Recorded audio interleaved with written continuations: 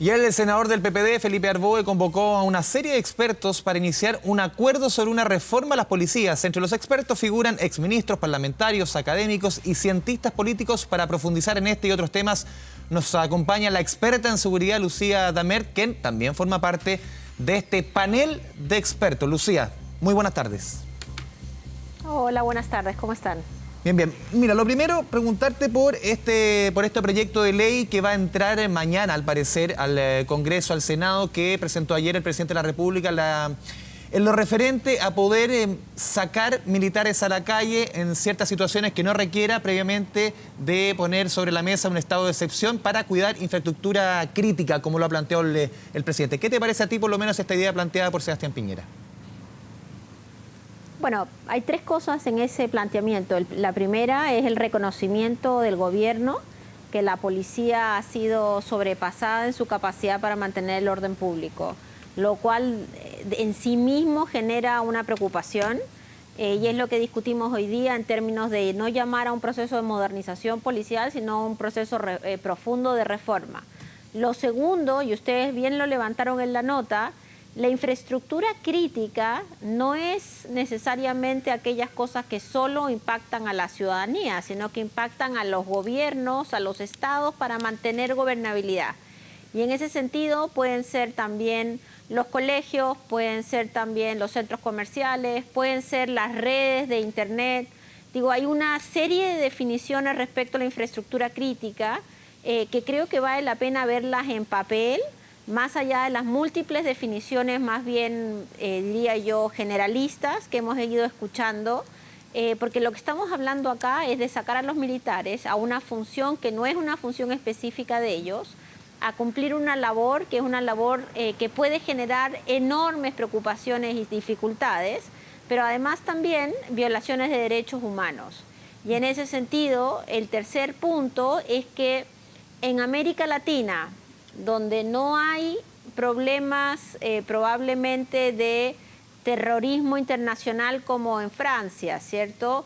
Donde no hay posibilidades de ataques internacionales terroristas como en Estados Unidos, los procesos de militarización han sido procesos que han traído de la mano no necesariamente mayor seguridad, pero de todas maneras mayores niveles de violencia, mayores niveles de violación de derechos humanos, y especialmente un camino casi sin retorno.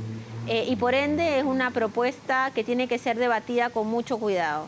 Sí, Lucía, hoy el presidente Sebastián Piñera explicaba un poco más el objetivo de esta idea. Lo que él decía era que no se busca que los militares salgan a la calle, sino que puedan colaborar en esto de la protección de la infraestructura crítica sin necesidad de estado de emergencia y, por lo tanto, sin restricción a las libertades de los chilenos.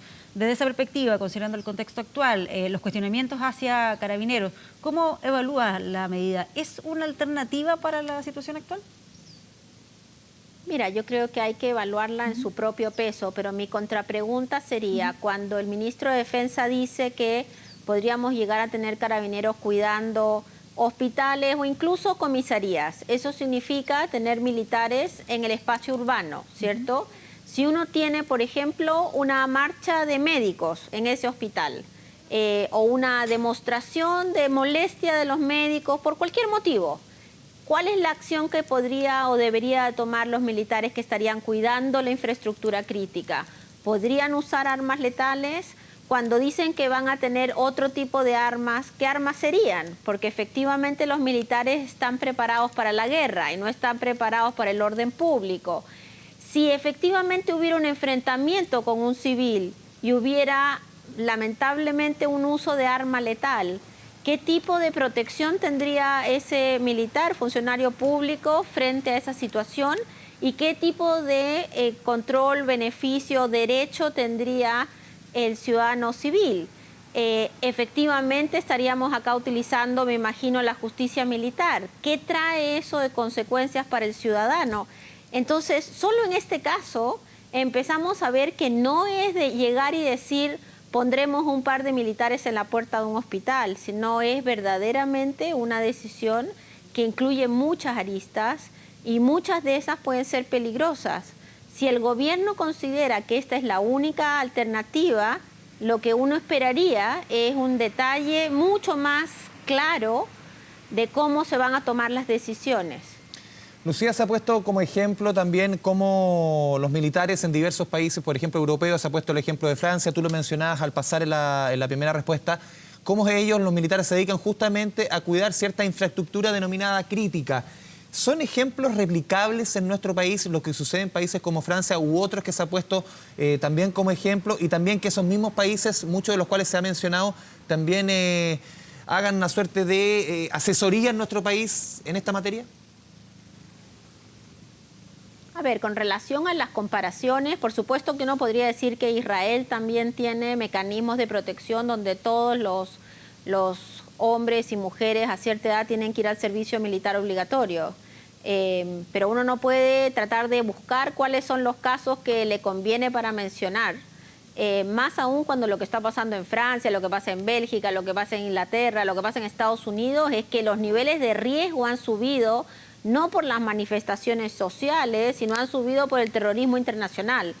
Entonces, parece por lo pronto poco serio vincularlos en ese nivel, ¿cierto? Yo también puedo tomar una foto y decir, mira, acá hay 2 militares en el aeropuerto en Francia, pero lo que no estoy diciendo es que tal vez en el semáforo de inseguridad en Francia están en rojo porque hay posibilidades de un ataque terrorista internacional por la presencia de Francia en África o por la presencia de Francia en el Medio Oriente. Yo creo que nosotros estamos en otra circunstancia, una circunstancia que poco tiene que ver con esos niveles de riesgo. Y no estoy diciendo acá que no sea una solución. Si el gobierno cree que realmente la policía está sobrepasada y desbordada, deberíamos de entrar a discutir de la mano de este tipo de propuestas una reforma completa del sistema de seguridad. Pero por otro lado, un dato que no nos han entregado es cuántos efectivos policiales se dedican hoy a cuidar esa infraestructura crítica de la que habla el gobierno, porque entrar a un proceso de militarización como el que se propone para ganar 1000 efectivos, ¿cierto? 800 efectivos, de los cuales ninguno probablemente está dedicado a temas de control de movilizaciones sociales, parecería ser una decisión arriesgada. Pero yo lo que espero es que el gobierno, además de proponer esto, también entregue la información adecuada para saber qué es lo que está pasando en términos del accionar policial. Sí, el presidente del Senado, Jaime Quintana, decía hoy que él tenía dudas respecto a asignarle este rol a las Fuerzas Armadas, porque dice es una tarea de orden público, cuando el objetivo por el cual fueron formados aquellos que están en las Fuerzas Armadas ha sido resguardar la seguridad nacional. ¿Comparte ese análisis? Por supuesto, pero además el senador Quintana tiene hoy día una herramienta muy importante, y es que estamos discutiendo el presupuesto 2020, y me pregunto si el gobierno, de la mano de esta propuesta de militarización, ha hecho otra propuesta de cambiar los dineros destinados a los militares y a las policías para justamente fortalecer aquellas áreas que son más necesarias, de la mano de una definición de niveles de riesgo como lo que está identificando. Evidentemente, si el problema es que tenemos demasiados militares probablemente y muy pocos policías, eso también debería ir de la mano de una definición presupuestaria, y ahí no he visto grandes cambios. Coincido con el senador Quintana, las tareas de orden público están destinadas desde la Constitución para abajo al trabajo policial, y hay que tener mucho cuidado porque cuando uno abre la puerta a la militarización, los resultados generalmente son más violencia, violación de derechos humanos y un proceso de militarización de largo plazo. Justamente, Lucía, yendo a un trabajo más de fondo, lo decíamos en la presentación de esta entrevista, que tú fuiste convocado conjunto a una serie de expertos para iniciar un acuerdo sobre una reforma a las policías, esta convocatoria que hizo el senador del PPD, Felipe Arbué. ¿Cuáles son esas reformas profundas que hoy necesita una policía que tú nos mencionabas claramente se ha visto sobrepasada durante los últimos 40 días? Reformas en cuanto a la formación, reformas en cuanto a la inteligencia que tanto hace falta. ¿Cuáles son las quizás medidas más de fondo para ir quizás atacar este problema más en lo macro que necesita hoy día nuestras policías? Mira, esta es una primera reunión que encuentro muy importante.